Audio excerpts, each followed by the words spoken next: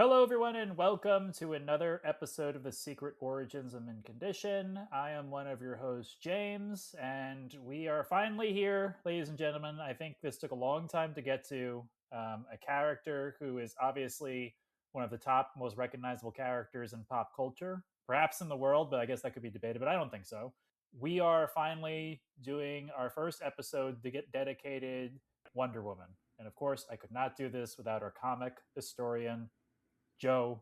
Thank you for being here. Thank you, James, for the introduction. And yes, Wonder Woman, it's time to give her some love. I mean, we've skirted the issue, no pun intended, in the past about Wonder Woman, but I think it's long overdue. And I think we picked a good starting point, a good book to do this. Yes, of course. Well, I won't say of course, audience. Many runs, many writers, but we have chosen to dive into Wonder Woman with, I think, what would be called, I would, well, seminal run, definitive run of the character, Oh, the defining aspect of the character, written and drawn by the late great George Perez.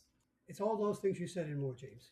So, Joe, I don't know. I put you on the spot, and obviously, I can edit it out if it's not the case. But did you do some Wonder? This is our first time talking to Wonder Woman. I don't know. Do some facts before we Oh, I dive have, I into have a the. page of flashbacks, yes. Okay, yes, I figured you would. I didn't want to put you on the spot for not having your homework, but you always have your homework. So, Yeah, I do my homework. Joe, I'll let you take it away since this is the first Okay. time we're talking about Wonder Woman proper.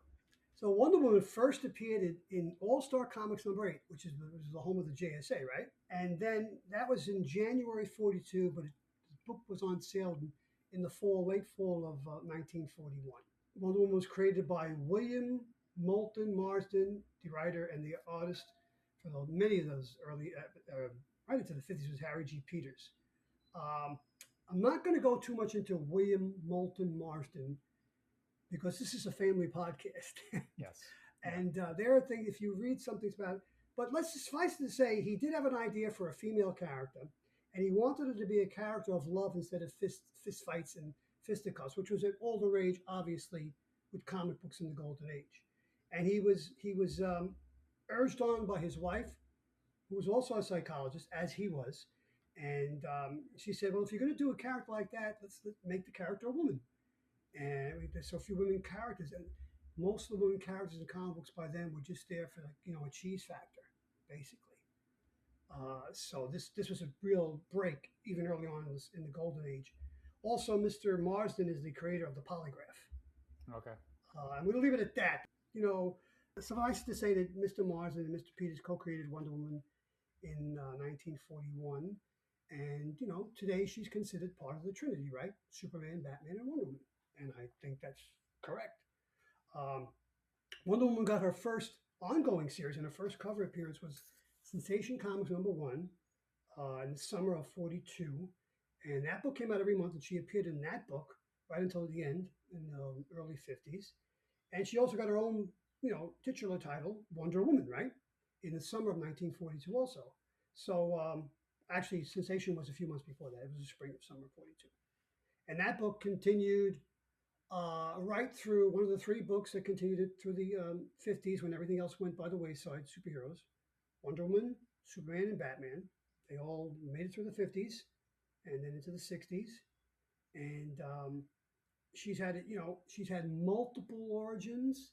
We can talk about that. Which one we think is the right one? I don't even know, because with DC constantly rebooting, I don't know which origin is actually canon now. Um, Diana Prince is the daughter of Queen Hippolyta, who was the queen of the Amazons. It was first Their island was first referred to as Paradise Island. Then we later learned the name, the Greek name Themyscira. I think I'm pronouncing that correctly. Um, Wonder Woman's origin has changed. Her mother was lonely and wanted a child, and she molded a child of clay and sand from the beach. And the goddess, I should know this, was it Aphrodite? I believe it was Aphrodite. Uh, Imbued the child with life. And we're going to see how in this story with George Perez, how he takes that to a further step, Yeah, because because in that book, isn't she imbued with the powers of like five different gods? Like the it's gods, yes, yeah, the gods like right. Hermes and Aphrodite and Aphrodite, right? Artemis, right? Yeah, Athena. Athena, right? So but when we got to the new 52, Wonder Woman's origin was changed, and she was no longer Clay given life, but she was the daughter of Zeus, Hippolyta and Zeus in the new 52. Okay. I don't know if that's canon or not anymore. Wonder Woman was an original member of the JSA, but well, she wasn't on the cover of All Star Comics 3, but she was shortly thereafter a member. But you know, the times it was the 1940s. Her first job was to be the secretary of the Oh boy. JSA. Yeah. Wow. I know, but she soon became one of the not only one of the constant members. I mean, when other members were thrown out, and the membership um, coalesced around 7 members. The 3 main members were Green Lantern, the Flash, and Wonder Woman, and they appeared in that book straight to the very end until issue 57, and then in issue 58 in 1951 it became All Star Western because times were changing, right? Hmm. So we get to the Silver Age, which begins around 1959 with Wonder Woman 98. Robert Kennig, who had been writing the book for a while, takes over, and he gives her kind of fleshes out the origin a little bit more, brings in more of the mythos, the Greek mythos, and then he gets a new art team. Harry G. Peters, I guess, is getting old. He leaves, and we get one of my favorite art teams of all time, Andrew and Esposito, Ross Andrew, Mike Esposito. And that about brings us up to the Silver Age, and we all know what happens before this series starts in the Crisis on Infinite Earths, right? Yes. We lose that Wonder Woman. Yes. So that sets up this series that George Perez and Potter, and then later Len Wein, tell so well this first story arc. And Len stays on for I think the next story arc, and then after that, George gets the whole book. It's all his. So that's a quick history of the Amazon princess, Diana. Well, thank you, Joe. You're You welcome. know, applaud. I was doing some research myself just so I could be somewhat keep up with you, but I can never match your comic knowledge or the deep dives you do in preparations for the episodes. But I was listening to some interviews on YouTube with George Perez, and he was talking about Wonder Woman. He said that when Crisis was over, like he had an idea for Wonder Woman. They had obviously she was not brought back afterwards after Crisis, right. And he, because of Titans, because of Crisis, he was in his, like he said, I was the guy. I could have any book I wanted. Yeah. And he's like, I chose Wonder Woman, and nobody is like, that was a big surprise to the editors. Nobody thought I would ask for that book. Nobody knew why I wanted that book. And he's like, I had a story to tell. He's like, I've always had a Wonder Woman story to tell, but I would need time in the beginning to flesh out the character before I could tell my story. And he does that. Yes. And then he's like, and they gave him the book, and apparently the women in the DC offices at the time were not happy in the direction Wonder Woman was going. I guess pre-Crisis, and where they were thinking of taking the character post-Crisis. But when George took over, everybody was pretty happy. George says like his favorite comment was somebody read his Wonder Woman run, met him, and said, I didn't realize it was a man who wrote this book. Wow, that's okay. That's a compliment. There you go. Yeah, right. Because apparently he said a lot of women and feel like, he created a lot of strong female characters. He really treated this character with respect. Obviously there's a few things in the book for the time of the 80s that would be not good today. But like at the time when George was writing this, it was a very pro-female, it was a big change from how the character was conceived. And incredibly. I mean, and he created a character that was well-rounded. And we'll get to this later, but I also want to talk about the supporting characters. Yes, at least a half a dozen, and they're well-rounded. And what I liked about, I hadn't read this story in years, and the first issue is like reading Bullfinch's Mythology. It really is. There's a lot. There's a lot of words on the page. It's very heavy. I think it took me about 35 minutes to get through it. Yeah, it's a thick book. It reads so well, and it just draws you into the mythology. And one thing I'll say about the mythology is, and again, I studied mythology in college, and I was going to pull out my Bullfinch's Mythology, but I said, no, you know what? They're all related. Don't even bother to try to figure out who's the cousin, who's the second cousin, who's the father, they're all related. They're up on that mountain. They're drinking wine all the time. We know what's going on. So it's just, thank God she's not part of them. I mean, he obviously did a lot of research. He said into the Oh, he mythology did. before Yeah, this, and but I think he had that take before, like we were saying, like she's not just imbued with the power of one god. She was blessed by at least five or six of them. five Like, or six, right? yeah, I mean, I think this. So this mythology is completely gone, right? Or we do not know if this mythology is completely gone, like the That's a good origin. question. I think, we both read the history of the new history of the DC universe, right, by Mark Waid. Yes, I but should it's have like pulled that out today. I didn't think of doing that. Damn, that there it is. There's a book right there. I'm gonna check back, and if I find something, I'll post it our on Discord. our Discord page. And if Steve has out there, and you read the Steve Carell, or Richie, if you're listening, and you know if this origin is still continuity or what, I mean, please it let seems us pretty know. good. I mean, I don't Great remember. You know, origin. I'm trying to remember to the Wonder Woman movie. Not that that should be our basis, but you know, whatever they make a movie, they usually pull from the most like viable, origin story. And I don't know if they go like that deep actually in the Wonder Woman movie in terms of like her creation or her No, they birth don't. or They really don't. I think they just figured. Well, she before her movie came out, she had appeared in Batman v Superman, right? right. Yes. Yeah, Yeah. Yeah. and she was established in that universe. And then when we get to the Wonder Woman movie, we are on Paradise Island. Actually, there's more in Paradise Island in the Snyder cut of Justice League than in the Wonder Woman movie. But There's a that big is true. battle on Yeah. Paradise Island, right? Yeah. Yeah. Yeah. So, um, But but I would say this is my second time reading this. I started it. I think I went further this time since we were doing the podcast. I had started it, then stopped. I mean, first off, audience, we're going to talk about the story, but I would just go without saying, George Perez drew this. He drew it like he drew everything else that we've ever talked about, and it's beautifully gorgeous and it's amazing, and the detail. the detail, the layouts, the character design, like it's Ares looks. It's a very cool character. Ares Oh, is he's very scary, isn't he? he's very Yes, scary. very Yes. scary character. I think, and after you get past the first issue, everything flies. But every book is self-contained, but it moves the narrative along. Yes, there are words on the page, but never at any time did I feel like it was lagging. The pacing is it moves along. It's interesting. It moves along quickly, but it never skirts over what it needs to do to advance the plot, whether that be a character moment or an action moment. It's the pacing is just incredible. I Yeah. mean, that's the one. I took a few things away from the second reading, but the thing I took away was, my God, this man knows how to pace a story, and it was just amazing. The pacing was amazing. Just, And he does really good work in terms of like obviously the gods and the Amazons are drawn very beautifully, but the regular people, I mean, they look like regular people. They don't look like comic drawn people in like they're meant to right. look like regular. They look like ordinary people compared to the gods. Like Julia is I guess, a late middle aged woman who can't, because she does have a 13-year-old child. So I mean, yeah. we can't push her into. And she seems to be she looks like a college professor, like a Yeah. college professor would look like. Steve is now a middle-aged man, and He there's looks a like a reason for middle-aged that. man. He looks like a middle-aged man. The only guy who looks like he's out of central casting is Colonel Michaelis. Yeah. But yeah, they look like, you're right. I didn't think of that, but that's very true.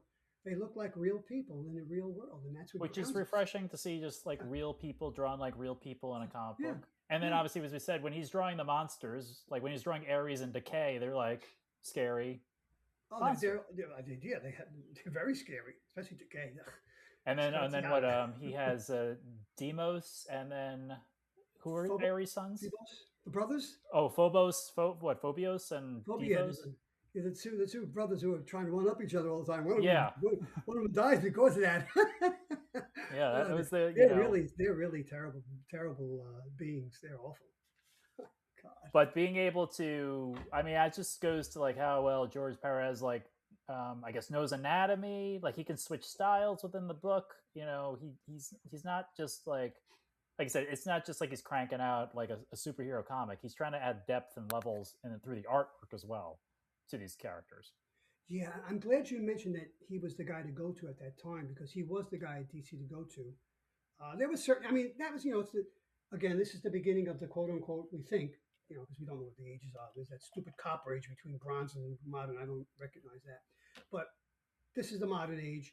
And when we think of the modern age, we think of obviously John Byrne and we think of Frank Miller. But you got to think of George Perez here. You have to. I mean, he's coming off the mammoth crisis on Infinite Earths, right? And You Titans know, prior to that, and Titans, who he's been doing for 5 years at this point. which you've told me is like was the best selling book of its time, right? Yes, and even though Arco will not admit this, it was on par with the X Men at that time. X Men was number one, but this was 1A. Teen Titans was 1A. Oh yeah, it was the best selling book that DC had going at that time. Yeah. Yes, without a doubt. Perez's was like the go-to artist. I mean, that time, if you're writing the two seminal books of like the DC era, and then you go to this next one, and you know, Yeah, you have Byrne on Superman, Miller on Batman, and who are we going to get to do Wonder Woman? How about Perez? Oh my God, this guy's so good. He did Crisis. He's done 5 years with Titans so far. Yes, duh, no brainer. and I guess the interview person, I would say, and I mean, obviously it's true, but I'm just curious your take on it since you were reading comic books all the way through Crisis into this run. I guess they were saying like prior to yeah, George Perez, Wonder Woman was like a C-list character, and he made her the Trinity. Like he made her part of it. Like he created the Trinity with his run. yeah. Before the Perez run, during the old Justice League of America days, the satellite era, especially in the '70s and the Bronze Age, Wonder Woman was there, but she wasn't there for a while in the late '60s and early '70s because she was depowered and she was the Diana Rigg Wonder Woman at the time. They didn't have the concept of the Trinity, but there were stories when things were happening and there'd be meetings in the satellite in the Bronze Age that it would be Superman, Batman, and Wonder Woman. Her opinion was sought out by the other two, but it wasn't codified the way it was post Crisis. Mm. So he's the person, basically. I guess not to. Yes, I think he brought her. Yes, he took her from a. I wouldn't call her a C. I call her a B list because she's been around at this point. She had been around for 45 years, and she's known worldwide. And she had a television show that was very popular. That's true. Yeah. Right. So, but he elevates her in the comic book universe, in the DC universe, to a figure that stands shoulder to shoulder with Bruce and Clark. Yes, without a doubt. I don't want to derail us into something else, but it's still Wonder Woman related. Like with the Wonder Woman TV show, did it not do the same thing for her books that Batman the TV show did for Batman, or like? No, because it was popular, wasn't it? I mean, I'm not. It was very popular. It only ran for 3 years, but it was very popular. What they did do, though, shortly after season one ran on ABC, DC took the ongoing Wonder Woman book at the time, and they pushed Wonder Woman back into the World War II. So they told stories of the Earth 2 Wonder Woman. Okay. When the TV show ended a few years later, they said, all right, no, we're saying goodbye to World War II and the Earth 2 Wonder Woman, and we're going to bring it back into the present. So Diana Ross. That's it. Oh, I love Diana. It's a different Wonder Woman. Yeah, there you go. You're damn right, a different Wonder Woman. But Diana Prince was working for the UN before and after that little sidestep into the World War II with the Earth 2 Wonder Woman. But yes, she was. That's how the TV show, I guess, affected the book. I guess the sales went up a bit. I don't know. I do remember back in, I guess it was when Mrs. Groves had the store, she told me that she ordered one copy of Wonder Woman a month, and that was for me. It went in my box. She didn't even put one on the shelf. So now you're talking about, the 90s, right? The late 80s and early to mid 90s where Richie had the store. So apparently she wasn't selling too well then until, well, that was after George left the book. That's right. See, George leaves the book. I mean, she's 60 or so, I think. He stops doing the penciling, but he continues the writing. But once he leaves the book, it starts going all over the place. There's even a period where she's wearing she's wearing a suit, a costume that's a cross between the Huntress and Vampirella. The only way I can describe it. It's terrible. It's cheesy. It's objectifying. It's awful. It's just no. So I mean, I do want to focus on this run because we're doing it, but it seems like, and I would say this is similar to Aquaman. Just calling back, because we are starting to talk about characters now in the podcast that have been around for a while, but don't always get it took us a while to get here, and I think it's good to dive into these characters. But Mm. like very like similar to Aquaman, like aside from the Jeremy Adams run and the Peter David run, I know you're the historian, so it's hard for me to point to other stories of Aquaman. The same thing with Wonder Woman. It's hard for me to point to other than the George Perez run. I mean, when we talk about Batman and Superman, we can lift up trade paperbacks and Oh storylines yeah. like just snap our fingers. We can list 10 of them off the top of our head. But when it Even the comes to these, Flash, right? the Even the Flash Flash, we Green can, yeah, Lantern, yeah, exactly. but like Wonder Woman, Aquaman, Martian Manhunter, these are characters who are like they're part of the Seven. They're well known, I think, within comic books. Even but if you ask like what's their definitive story, it's hard to come up with more than just one or two. That is correct. And I started reading Wonder Woman at the same time I started reading all the other comic books in the spring and summer of '66, and I stayed with her. Um, the, at one point in 1968, this happened. This is Wonder Woman 178. Telling us there's a big change coming, and the change comes in the next issue with this copy, 179. The Amazons are tired; their powers are weak. They must leave our dimension to regenerate. Diana says, "I can't go. I protect the world. It's part of my job. I'm here to do that." Mother says, "Well, if you're staying, you're going to lose all your powers," and she basically becomes Diana Rigg from the Avengers, right? And that's a fairly long storyline that takes place over maybe 3 4 years, and she learns martial arts. It becomes more of a spy thriller book. Well, I that's would like with recommend. the time of James Bond, though, right? That's like Oh, the very much so. James Bond, The and Man the from U.N.C.L.E., Avengers and The Avengers, right? Yes. not the superhero team. No, The the Avengers is Patrick McNee and Diana Rigg. Uh, so I would recommend that. And the only other thing, then here's something from 1977. This is the hardcover. I bought the original when it came out, the oversized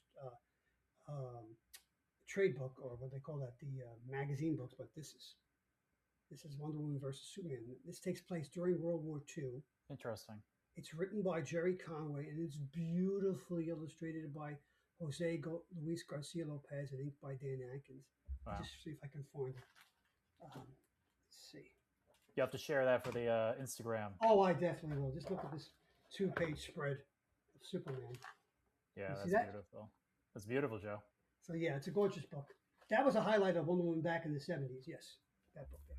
Yeah, I mean it's I don't know. I mean, look, I'm not. This is not me saying that these characters don't have good stories in there and they don't have good writers who put good stories in there. But like it's as I said, Batman, Superman, Green Lantern, Flash. There are definitive books in their pantheon. Like if you say Yeah. like I Oh want to yeah. read, if I want to read Batman or Flash, like you and I could be like, okay, well you're gonna read these books, and this will give you. I can take you back to the early '70s with Denny O'Neil and Neil Adams, and you can read the first four-part story where Batman goes up against Ra's al Ghul. Right? That's a classic. Well, I mean, it's not, like we talk about this for most, someone, I mean, some of these characters, they need a person with a take. And as we're talking about focusing on this episode, Perez had a take, Yeah, a wonderful take. So I guess we'll dive into that, Joe. We've kind of gone Okay. around a little bit, but obviously says that the first issue is like, Bullfinch's mythology. It basically sets up the history of the gods. And if you're not familiar with Greek history, you will get a little Oh, crash course. Oh, you're getting a crash course in that issue, definitely. Oh, without a doubt.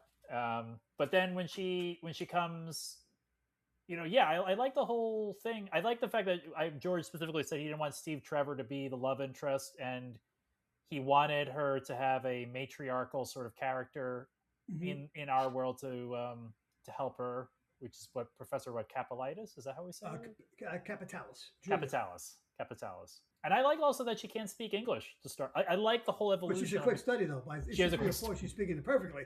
Yeah. Well, I guess you She's can only do. Wonderful. I guess that trope can only go on for so long, but I like that she evolves.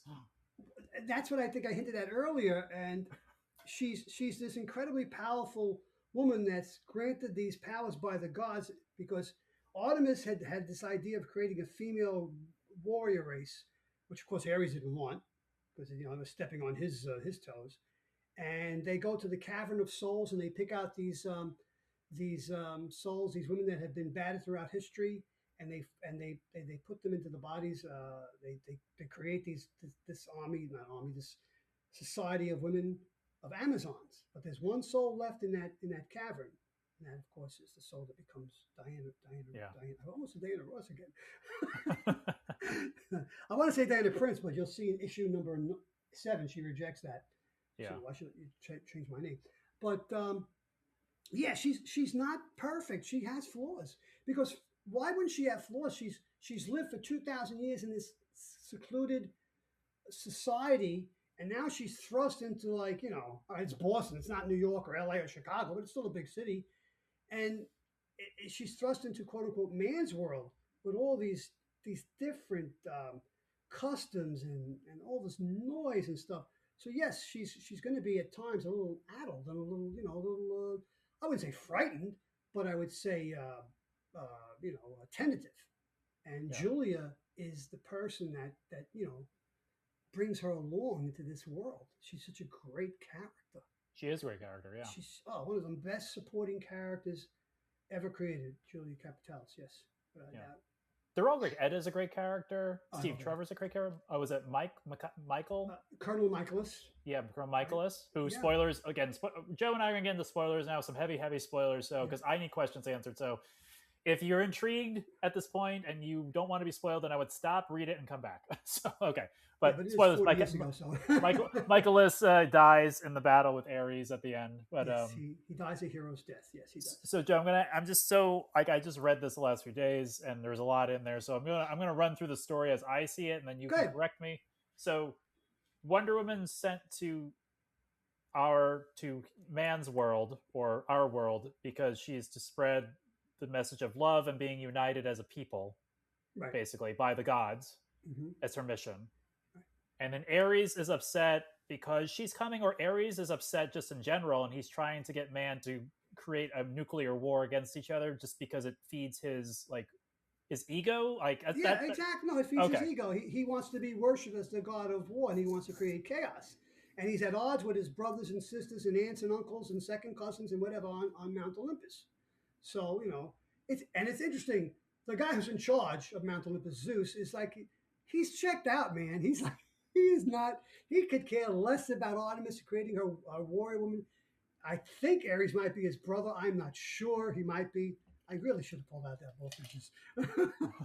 But he's kind of checked out. And, he could have stopped him.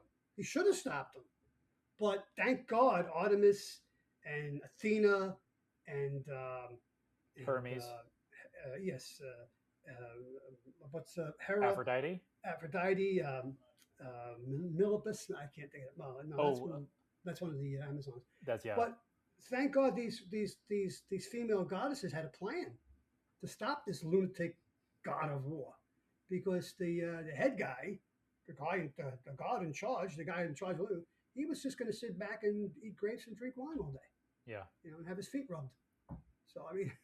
Well, it's very interesting, and again, we're going right to the end, audience, because I got questions for Joe. So he basically, Wonder Woman, she basically shows him the air. Like, if you kill everybody, or everyone kills themselves, then there's nobody left to worship you.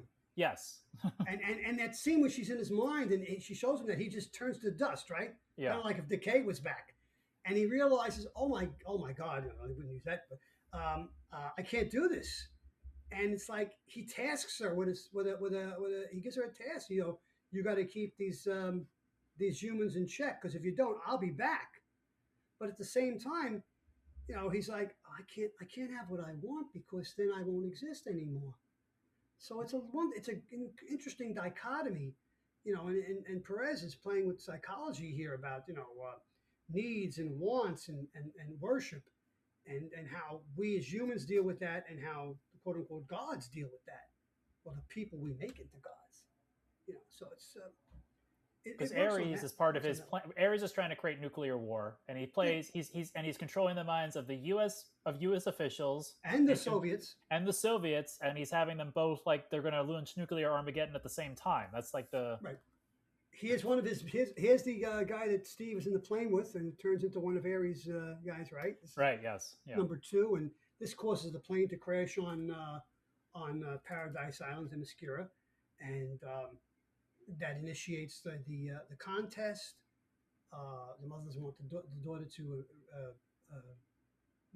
contend in the contest, She does. She wins, and she's going to bring Steve back, but she's also going to go back to Man's World and see what the heck is going on, and to stop Ares also.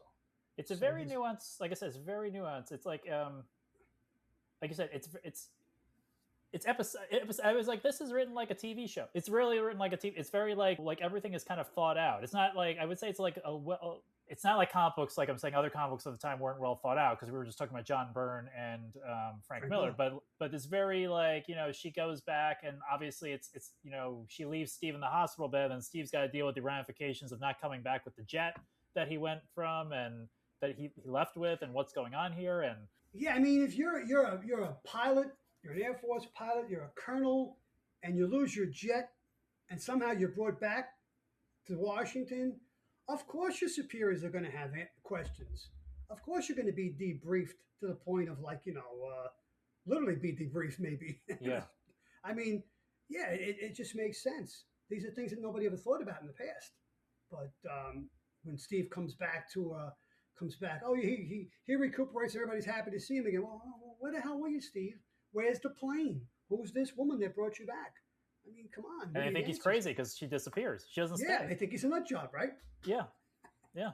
And then she is guided to the professor by the amulet she has. And the amulet, that right? What is it called again? Oh, I didn't write that down. I forgot the amulet's name. She has half of it. That's very Raiders of the Lost Ark. There is a bit of Raiders of the Lost Ark in here too. Yeah. And because Julia is an archaeologist, so there's part of that. It's a superhero story. It's a mythology story. There's fantasy. It's a thriller. It's a lot of things. And as you said, it doesn't all come at you at once. He's able to pace it properly, but it's serialized. But every issue you read, you feel, oh, okay, I got my full there, but I want to see what happens next. See, now if they did this story today, it would take 24 issues, right? It would be too long. Be too long. They would never, and you'd never get to the point, and you'd fall off the book before you could finally get to the end. Well, that was especially coming after our recent Aquaman episode. That was interesting. George in the interview said he was trying to create a fantasy book, a fantasy superhero. Like he was trying to create a superhero that dealt in the realm of fantasy. That's what he wanted. There's a lot of magic in this book, right? Yeah. And so it makes me think of like the Jeremy Adams current Aquaman. It's a fantasy superhero book. Like if and when we ever get Jeremy on the program again, we have to ask Jeremy about this story. Maybe this was part of the inspiration for what he's doing with Aquaman right now. Yeah. Yeah, because I kind of didn't like think about it that way. Like I should because we're dealing with gods and she's fighting like a Hydra in Ares realm and with snakes and everything. But it didn't occur to me until I watched the interview. It's like, oh, it's a fantasy book. It's a book. It's a long way from her fighting bank robbers and jewelry thieves and mad scientists and things like that from the 60s and even the Bronze Age. In the Bronze Age, it became a little more adult. I guess she was working for the UN. She was that's when she became a spy basically, and that I think they took that and they ran with that with the TV show when they pushed it from the Second World War into the present, and she's a secret agent. She's a spy for I forget what the IADC, something like that. I think it was called. I'm not sure, but so there's a little bit of everything here, a lot of everything actually. It works so well. And then we have that whole take with Demos. I'm gonna say Demos, the god, the son of Ares, who from Medusa's like essence who creates decay. The villain sends that statue to the professor's house, and the daughter opens it up, and then decay shows up and ages the daughter. Poor Vanessa, right? They don't get back to her and cure her until issue 7. Is it 7 or 8? 7, I think it's 7. That's like the prologue of the or the epilogue rather. The epilogue. Right. 8 is the epilogue. I mean, it's too bad that creature didn't destroy Fenway Park, but then you can't have everything. So well, the Red Sox are playing the Orioles, but what are you going to do? No, it's Boston gets pretty beat up in that by that creature, Decay. I don't know if that's a creature out of Greek mythology or not. Again, I should have checked that. It seems like it is. Seems like, yeah. It's probably a concept made form, possibly. but I'm sure it's part of the mythology. Yeah. So we didn't speak about Wonder Woman's creation though, because they go back to that cavern of souls and they get the last soul, right? Hmm. And that's the soul that imbues the clay body on the beach that becomes Princess Diana, the daughter of Hippolyta, to complete, because the mother is she's lonely. She wants a daughter. She wants someone to follow in her footsteps. And so they rescued all these souls of these women that were tortured throughout time, and they turned them into yeah, they're warriors, but they're also emissaries of peace. And another thing about the Amazons, I wrote this. I hope I can find it. I wrote it down.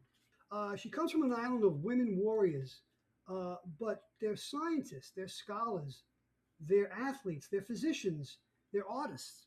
These are women that are well rounded in just about every form of arts and science you can think of, from the ancient world and even into the present. So Diana is, and she's the princess. She would have learned from all these women. She had, they even say how many teachers she had, right? Hmm. So she is an incredibly brilliant person, besides being an incredibly powerful person. And Yeah. I like that about this incarnation of Wonder Woman. She's like I feel fully developed, but as we said, she has her flaws Yes, too she as a does. character, and we see. I mean, she's just trying to navigate herself with the world at this point in this storyline, and figure it out. But If this story was written today, she'd be flawless. She wouldn't be as enthralling and as interesting, because she would be too perfect, and which is what I've always said about some current comics. They tell you, they don't show you. Well, George shows you. He puts her. It's like the labors of Hercules, right? mhm. She goes through hell and back in this Yeah, story, yeah, and it's not easy for her. And the hero's journey shouldn't be easy, because that's what draws us in. And yeah, no, she's like I said, she's a brilliant person, a brilliant woman, powerful woman, but a woman that is learning along the way and needs the help of her human companions, who she grows to love more and more as the issues develop. And there's a bond between her and Julia that's absolutely beautiful. It's like Julia's a surrogate mother to her. yeah. Yeah, Which I would say they were pretty real, going back to realism. Like Julie's daughter is clearly upset because Julie spends more time at work than with her. right. And that's a Like teenager, right? A it's a teenager boy teenager, or yeah, girl would have that problem, right? yeah. Yeah, yeah. So I like those little hints of like he really grounds it in a reality. Like when you have so much fantasy going on, George makes a really good point to ground like this in reality of the world they're in. Yeah, very much so. Very much so. Yes, without a doubt. Yeah. Oh, we spoke of decay. Here's issue 4 with well, this thing is creepy. Here's decay on the cover. Yeah, look at That's those. Yeah, you know, that's from the mind of George Perez, man. That's so cool. Joe, when you were like, were you like, did you know this was something special when you first came out? When you were reading this in real Oh time? yeah, yes. I was like, oh my god, this is the Wonder Woman I've been waiting for all my life. At this point, I had been reading Wonder Woman for about 20 years, and she had her ups and downs, and there were some good books and some good runs, and but most of it was, just very, meh, like that, formulaic. Uh, there's a two-parter in the Bronze Age where she goes up against Etrigan, which is a pretty good story actually. I should have pulled that out. That's a good two-parter. Um, Roy Thomas took her over at one point, and he tried to bring in more mythological elements, but it didn't work. He wasn't the right for the character. It didn't work for him. But Byrne had a run, a 3-year run on this book, starting with issue 100, where he really, really powers her up. I mean, her superpowers, her super strength, especially. That's about the time when it's explained that next to Superman, Wonder Woman's the most powerful being on planet Earth. Wow. Yeah, so Byrne did that for her, but this is the run that people were reading it, and it was selling well, and we knew there was something special about this, and we and rightfully praised George Perez, but got to give some love to Len Wein, man.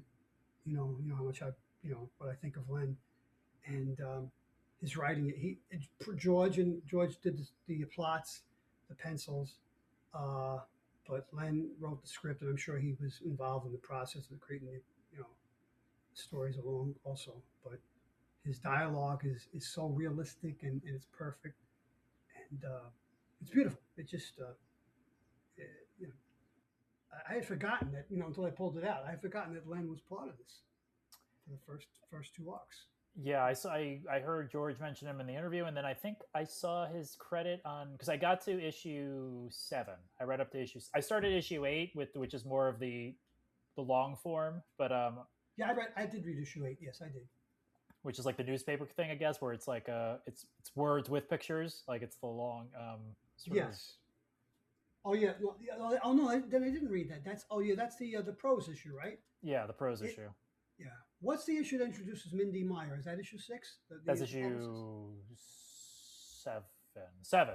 7. Okay. Then wait a minute. Let me just pull Because something up. that's the epilogue. That's where they cure Vanessa. Because Yes. Diana comes back, but it's on the timeline of Hippolyta. Hippolyta says you can come back, but All right. That's not the prose issue. Issue 8 is the prose issue. I looked at it this morning. I was going to read it. I said no, I can't. I can't get into that right now. yeah, But you're right. Issue 7 is the cure for Wonder Woman, and thank God for Vanessa. And then we meet Mindy Meyer. And don't be fooled by Mindy's Madison Avenue persona and how she, you know, you might think she's kind of like a female version of an ad man, you know, like a snake oil salesman. yeah. There's a story coming up with Mindy that is heartbreaking, to say the Okay. least. So I would, you know, I would advise you to read that story. And also, there's a hint in here about um, Diana and well, Steve's mother. I don't know if you caught that because why is there a gun on Paradise Island, right? And why is Diana named Diana? Well, you're going to find that out coming up soon because Stephen Trevor's mother was part of the WASP Air Force. I should have wrote down the acronym. It was these were the women in World War II who were flying at home, who were flying airplanes to army bases and bases, naval bases to restock and resupply. Wow. And they were pilots. And Steve's mother was one of these pilots who was in the you know, the Army Air Corps at the time. WASP Air Force service pilots Thank you. were a pioneer. So women Air Force service pilots. That's what WASP Thank stands you. for. Yes. A pioneering civilian organization of female pilots who flew military aircraft, U.S. Armed Forces during World War II. Yeah. And there's a story coming up about Steve's mother. And let's just say that Steve wasn't the first Trevor to make it to Paradise Island. Yeah, George in one of his interviews teased it a little bit because I guess also why is she wearing the American flag basically? Yeah, there you go. and with the gun, where did the gun come from, right? I mean, Yeah. they don't need a gun on Paradise Island. They got weapons and signs that make a gun look like, you know, a pea shooter. But yeah, so that I advise you to keep reading, James. No, I'm interested. I'm going to ask just because I'm curious. I know I'm going to keep reading. when does she meet Batman and Superman? Well, do they do an issue like that, or is it just is she just folded in? Well, this is the story. Number 8 is the mostly prose story. Okay, yeah, I saw them on the cover of it. I didn't know. Cover there. They're in the story, but very not too much. She does meet them in Legends, right? Did Legends come out? Yeah, Legends came out. Oh yeah, Legends. I didn't finish Legends. I gotta go back and finish Legends. Right. That's because that's right. That's like the epilogue to Crisis, I guess. Right, that is. They're aware of her. Not in this story yet, but soon the Justice League and Superman and Batman will become aware of Wonder Woman, of Diana. Because I'm just curious. Like, obviously, we're living in the age of the absolute universe, and everyone wants to see the absolute Batman, Superman, and Wonder Woman to get together. It seems like post Crisis, it took a little time before Batman and Superman and Wonder Woman also got together post Crisis. Well, I think we mentioned this about Aquaman. We did our Jerry Ends, right? It took a while for DC to get to Aquaman after post Crisis. Yeah. You know, obviously they were going to hit the big guys, Superman and Batman. For some reason, they went straight to Green Arrow and Hawkman. I'm happy because we got Hawkworld and we got Longbow Hunters. Yeah. So I have no problem with that. But it did take a while, you know. Took a while to get to Wonder Woman. 2 years, about a year, 1980. And the Flash just dove right in because he's the legacy character. Flash dove right in, right? Yeah. So I guess they were looking for a take, or maybe again they were looking for a creator, and George was tied up. He had to be very tired after Crisis on Infinite Earths. I don't know, man. Like he seems like he just keeps going. Like the work, like I He was don't know how he amazing. works like that. He was one of a kind. He was Jack Kirby. Like if and today we have another person who seems to be stepping into George's shoes, and that's Dan Mora. Yeah, I was gonna Right? say Dan Moore is like the, Yeah, the Perez of his yeah. like the work that they're gonna be And the doing. work is beautiful. It's not like they're just mailing it in. This is gorgeous work that they. Because Dan Moore, I mean, not to get sidetracked. Dan Moore's on what 5 books right now? 4 books? Because he's doing Well, Transformers. He's he left doing. Transformers. He did leave Transformers. Oh, he He left was Transformers. he Okay. did, but he's still doing Superman. He's still doing Justice League Unlimited. He just did another story for the 50th issue of World's Finest. Okay. He did that Batman 4-issue miniseries that was attached to KO. Gorgeous book. Oh, Nice Knife story. Fight. Was that Knife Fight? Night Fight, yeah. Okay. That was a real tearjerker of an ending. That was a gorgeous, beautiful story. I hope they go back to that at some point. But yeah, I mean, George was, he was the new king, I guess, at this point. Yeah, You it's know, it. It's yeah. It's yeah. I just I marvel. It's it's too bad we didn't get a chance. Like obviously we weren't doing this podcast. Well, no, we were doing the podcast, but like by then, George like if passed, we, yeah. but Oh my so God, man, I would be like, when I remember we had Jeremy on, I was afraid I was going to go a little fanboy, but if we would have had George Perez on, I would have definitely gone all fanboy. It just would have been me slobbering on. me just as an artist, just wonder how he does it. Like how long does he take to draw? Like a single page. Look at Like this a cover. You page. mentioned this a few minutes ago. This is the cover to issue 5. Yeah, does it take to draw all those vines? Like Yeah, how long? vines, How yeah. long? And the coloring is gorgeous. Yeah.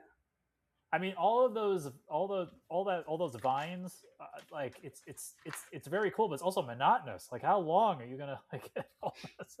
It's gonna, I mean, what are they? They work at this time. They were working on Bristol board, right? And what were the dimensions? Do you remember the dimensions? It's like 11 by 14. Something like that's pretty big, right? Yeah. Yeah. Yeah. Yeah. So, imagine having the original artwork to this cover. Oh, Lord. I'm sure it's all in private collection, right? I hope so. I hope his family has it. Not somebody's got it squirreled away somewhere. I mean, I'm sure it's in a private collector. I'm sure somewhere. Hopefully, it's private collected somewhere. But well, yeah, I'm gonna keep reading this Wonder Woman run because I think it's the first time I've dove into the character. Like I didn't really know Wonder Woman really from all her other appearances in other people's books. Whether it's Justice League where she's part of a team, or she's like a guest star, or you weren't born when the TV show was around, right? No. First around, no. No. I've told you many times that was my dad's favorite show. And I haven't even seen a full episode of the TV show, to be perfectly honest. The first season is excellent because it takes place in World War II and it's very campy. Not Batman 66 campy, but they have a lot of fun with it. They really do. And then ABC cancels it and it goes over to CBS because ABC was getting the reputation of being the superhero network. They had Steve Austin and they had Jamie Summers and Wonder Woman, so they wanted to move that. And CBS picks it up and they bring it into the present. And now Steve Trevor is the son of Steve Trevor. But it's never. We don't know if that's Wonder Woman's son. No, it can't be. That's right now because there's flirtation going on between Diana Prince and Steve Trevor in the present. So obviously his mother was somebody else, but we never find out who in that TV show because the TV show wasn't about that. It was one and done episodes, action oriented TV show, and the music, the theme music they did away with the words, which was kind of cheesy. And by the third season, they took the theme and they disco-rized it. Well, that was the time, right? Yeah, and that's my favorite all-time superhero TV theme is the disco version from Wonder Woman season 3. You have to get up and dance to it. You can't sit still. I used to put it on in the store where I worked with the kids. Oh, not that again! That's funny. So come on, man, get down, it's boogie, man. This is great. Yeah. Good stuff. Well, I'm It look, glad we had an opportunity to finally do this, Joe. there's Oh yeah, Aries, that's a beautiful Aries cover. Yeah. right? Yeah, this Aries is a much better rendition of Aries than Marvel gave him in the day, back in the day. Hmm. This Aries looks menacing. The Marvel Aries is, he doesn't have a helmet. He looks too human. This guy looks super scary. So yeah. Yeah, I don't even know if he has a head outside the helmet. Yeah, we don't see him with his helmet off, right? No, we No. don't. Yeah, that's right. Yeah, that's and then of course the issue we showed before, the issue where Diana and Vanessa are healed, Yeah. like the denouement issue. But yeah, I think that's everything I have to say about this. As an artist, you can obviously, you said you can appreciate what George did, but um, can you imagine doing this work? I mean, how? I mean, it would just take forever. Like to me, it seems like it would take forever. Like for me to possibly draw like the way he not that I could draw exactly the way he drew for one, but two, to like draw one of those pages seems like it. I just don't know how George did it. Like I'm just curious, not even like just like what his work ethic was. It's got to be like like I get up, I draw. I go to sleep, I draw. I'd like to know if he did full pencils or half pencils, because he has had different inkers over the years, but his work never looks like it's overshadowed by the inker. He was No, inking because I would say mostly, right? this looks like Crisis, Yeah, and both of exactly. the Crisis and this both look like JLA Avengers. They also look like it always looks like his stuff. Yes, it And I does got look to like imagine there's four different inkers amongst those projects at yes, least. yeah. This is Patterson. No, Patterson's a writer. He might be inking himself here, but Crisis had Giordano, he had DiCarlo, and of course he had for most of the run he had Ordway.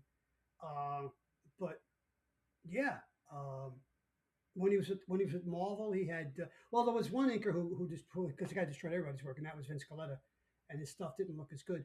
But he had Pablo Marcus inking him on the Avengers. I forget who he had inking him on the Fantastic Four when he was on Oh, and that. he also did the first few issues of Infinity Gauntlet. That looks like George as well. Yeah, right. Yeah. So he must have had tight pencils, or the inker was very respectful of what he or she was inking, because I could always tell George's art. I mean, not that the inker is not the artist too, but I could tell George's. Who this is a random George Perez question, but for an episode we're going to get to at some point, who covered for him on Infinity Gauntlet? Was that Ron Lim after him? it was Ron Lim. Okay. Yeah, I think he did the first 3 issues. Arco, you would know if you're out there. Yeah. Please Okay. let us know. I mean, Ron Lim is no slouch. It's no slouch. No, his stuff was beautiful, but it's not George. But yeah, I mean, when I think of him, I think of books that I would have liked to have seen. He didn't do enough Batman. I wish he would have done more Batman. That would have been cool. He did some Flash covers in the late Bronze Age or early modern age. Well, there's that Brave and the Bold book that came out in 2005, 2006, where Mark Waid and George Perez did that long 12-issue story. And Oh, was there? I don't even think I know about that. yeah, that's a gorgeous book. Yeah, I think he had some help with the inking on that, but maybe with Jerry Ordway. Yeah, he did that book too, and he left that book, and I think Ordway took over for a while when he left. Oh, he did a run on Action Comics too. Yes, that's right. After the Crisis on Infinite Earths, he did it. What did he do the first? Yes, he did a run on Action Comics that lasted about a year. Beautiful stuff. Gorgeous. No Spider-Man, huh? In his time. I don't think so. I'm trying to remember if he ever did Spider-Man. He didn't. At Marvel, he did. I think his first work was on Man-Wolf, and Okay. it might have been even. And he might have even done some work prior to that in one of the Marvel magazines, the black and white magazines. Oh, interesting. Okay. Right. But he's most noted for his Avengers run, I think. Yeah. No, I mean, I mean, listen, he's drawn everybody at some point. Yeah, definitely. I mean, in Crisis, he drew every DC character and then some that he didn't have to draw. If Jerry Conway wrote everybody at both companies, this guy drew everybody at both companies. Yes. Yeah, I'm sure there's a George Perez Spider-Man in a panel of some book somewhere. Oh, there has to be. Yeah. I mean, I was gonna say I would like to see George draw Swamp Thing, but he did. He was in Crisis at some point. Swamp Thing was in. He might have drawn. He might have. If Spidey was in the first if he appeared on one of the first issues of Infinity Gauntlet, he Oh, would have right, yeah, right, he would because have he tested drew him everyone there. there too. Yeah. Yeah, he did. So Okay, okay. yeah, Yeah. yeah. He did it Yeah. all. Certainly did. I mean, Yeah. I think as we wrap this up, I guess he's the guy who he loved. Like, I can't imagine someone who puts more characters in a book or in a page than Oh, George. everybody said that. Kurt Busiek said that when he was doing JLA Avengers. Marvel said that when he was doing the Crisis on Infinite Earths. You want the 10, I'll give you a 20. And then Yeah, Marvel, I can't think of any modern artist or past artist who's done more characters in a single page or in a single book than George. I know one character. He only did, I think, in maybe one or two panels of Crisis that I would like to have seen him do at least one issue of, and that's Jonah Hex. I would have liked to have seen him. I'm No, sure he wasn't could. Jonah Hex in Crisis? Oh yeah, he was in Yeah, one. he was, and he was. Yeah, George got him into a couple of panels. Yes, Yeah, definitely. yeah. So So, I would like to have seen him done a full Jonah Hex story. oh Joe, we did it. We did, yeah. We finally did our first Wonder Woman episode. Hopefully, it will I'm not so be our happy. last. Definitely not planning it to be our last. We'll do some more Wonder Woman. Maybe Well, at some point we'll do Absolute Wonder Woman because I like that story too. I did read the first volume, so we could do that if you want to. Yeah. Yeah. So Yeah, we back to back Aquaman and Wonder Woman. I guess who's next? The Martian Manhunter?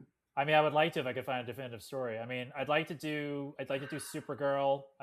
With the Supergirl Woman of Tomorrow. I'd like to do Birds of Prey. Yes. Oh, I'd like to do the Birds of Prey. That the original Birds of Prey that was that Chuck Dixon introduced. Yeah, that's that first run. I was thinking about doing the Cassandra Cain Batgirl run. Oh, that the Cassandra Cain came out of No Man's Land. No Man's Land. Yeah, that was a great book. Mm-hmm. Yeah. Aside from other characters, do some female. Yeah, but I mean, yeah, I'd like to do. I mean, we should probably do Teen Titans at some point too. Definitely, yeah. I mean, the whole Terra storyline, with Deathstroke, the Judas Contract, one of the greatest comic book stories ever written.